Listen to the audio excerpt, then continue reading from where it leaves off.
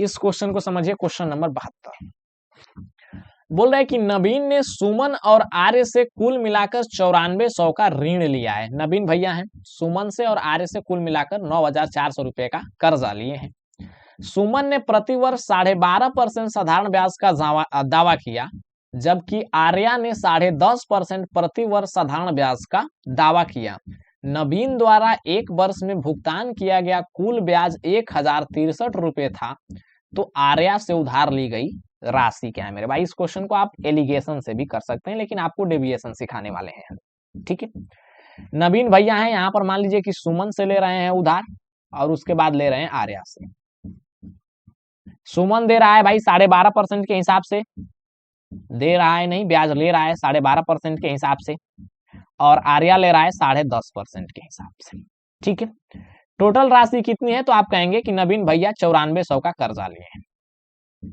आर्या के बारे में हम लोगों को बात करना है, फोकस करना है आर्या पर, ठीक है। आर्या पर अगर सुमन 12.5% आपका साधारण ब्याज न लेकर 10.5% ही लेता, ठीक है, तो 10.5 - 2 इसको लिख सकते हैं, 12.5 को 10.5 - 2 लिख सकते हैं।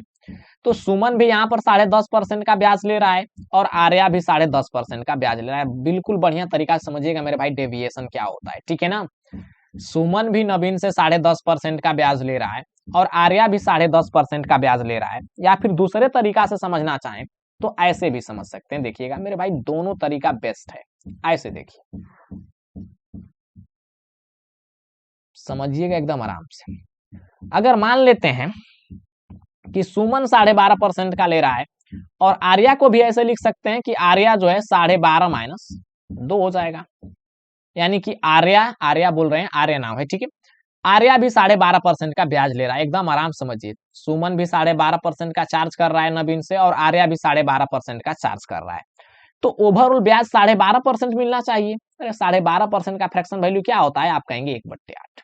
ओवरऑल ब्याज भी 12.5% मिलना चाहिए भाई, तो हो जाएगा आपका 11 8 88, बच जाएगा 88 6, तो 8 8 7 56 हो जाएगा, 4 8 5 40, यानी कि 1175 रुपया का ब्याज मिलना चाहिए। अरे समझ में कुछ आ रहा है भाई, आ रहा है तो कुछ कमेंट में लिख दीजिए। सुमन भी नवीन से 12.5% ले रहा है, आर्या भी 12.5% ले रहा है, तो ओवरऑल ब्याज 1175 रुपया होना चाहिए, ठीक है। 1175 रुपया होना चाहिए, लेकिन ब्याज तो टोटल मेरे भाई जो नवीन द्वारा भुगतान किया गया है 1063 रुपया है। अरे 1063 रुपया है, यानी कि कितना कम है, तो आप कहेंगे कि ये कम है 112 रुपया। डायरेक्ट घटा दिए, 112 रुपया कम है। तो आप अपने दिमाग से सोचेंगे नहीं कि ब्याज हो रहा था 1175 और नवीन ने चुकाया सिर्फ 1063, तो 112 रुपया कम ही क्यों चुकाया, क्योंकि मेरे भाई आर्या जो है 2% कम ले रहा था, यानी कि 10.5% ले रहा था, तो ये 2% कम का वैल्यू है मेरे भाई, यानी कि 2% कम का वैल्यू है 112, तो 1% का वैल्यू कितना हो जाएगा, तो आप कहेंगे 56।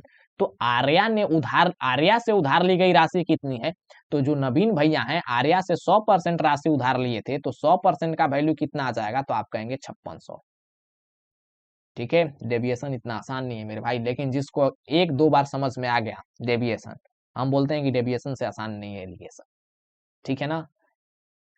जिनको फिर से समझना है कमेंट बॉक्स में कमेंट कर दीजिएगा, फिर समझा देंगे भाई। आइए आगे भी बढ़ना है, क्वेश्चन नंबर 73।